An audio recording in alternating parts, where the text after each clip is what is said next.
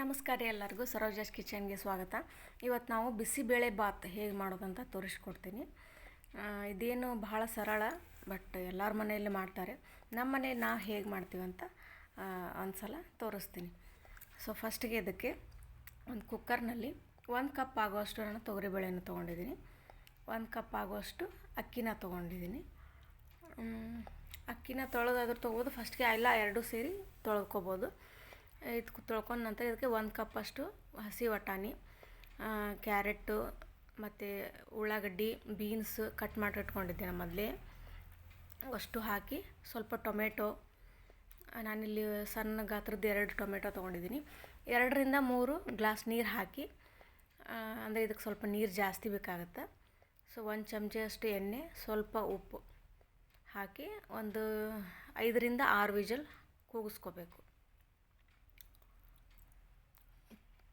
ಆನಂತರ ಇದು ವಿಜಿಲ್ ಆದ ನಂತರ ಈ ಥರ ಸ್ಮ್ಯಾಶರ್ಲೆ ಸ್ವಲ್ಪ ಸ್ಮ್ಯಾಶ್ ಮಾಡ್ಕೋಬೇಕು.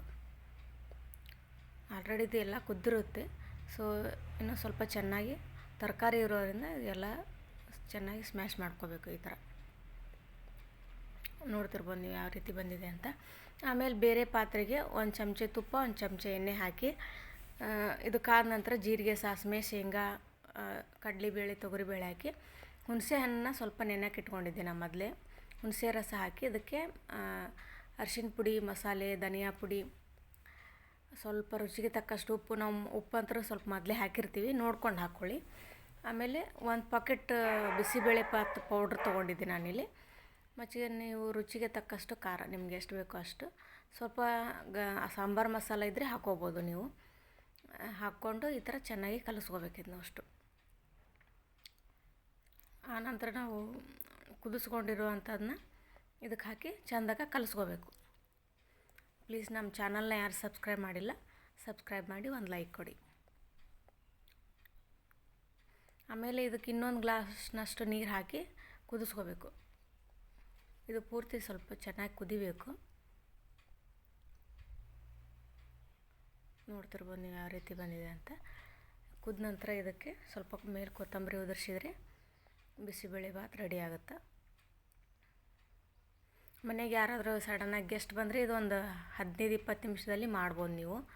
ಮತ್ತು ಮಕ್ಕಳ ಲಂಚ್ ಬಾಕ್ಸಿಗಾದರೂ ಹಾಕಿ ಕಳಿಸ್ಬೋದು. ಈ ಥರ ಬಂದಿದೆ ನೋಡಿ. ಆಮೇಲೆ ಇದಕ್ಕೆ ಸ್ವಲ್ಪ ತುಪ್ಪ, ಬೂಂದಿ ಕಾಳು ಹಾಕಿ ಟೇಸ್ಟ್ ನೋಡ್ಬೋದು ನೀವು. ಒಂದು ಸಲ ಮಾಡಿ ಲೈಕ್ ಮಾಡಿ. ಮನೆಯಲ್ಲಿ ಎಲ್ಲರೂ ಮಾಡಿ ತಿಂದು ನನಗೆ ಕಮೆಂಟ್ ಹಾಕಿ ಯಾವ ರೀತಿ ಬಂದಿದೆ ಅಂತ.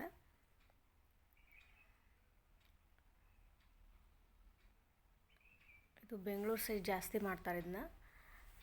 ಸೊ ಇದು ಆರೋಗ್ಯಕ್ಕೂ ಚಲೋ, ಎಲ್ಲ ತರಕಾರಿ ಇರೋದ್ರಿಂದ ಆರೋಗ್ಯಕ್ಕೂ ಒಳ್ಳೆಯದು. Thank you for watching.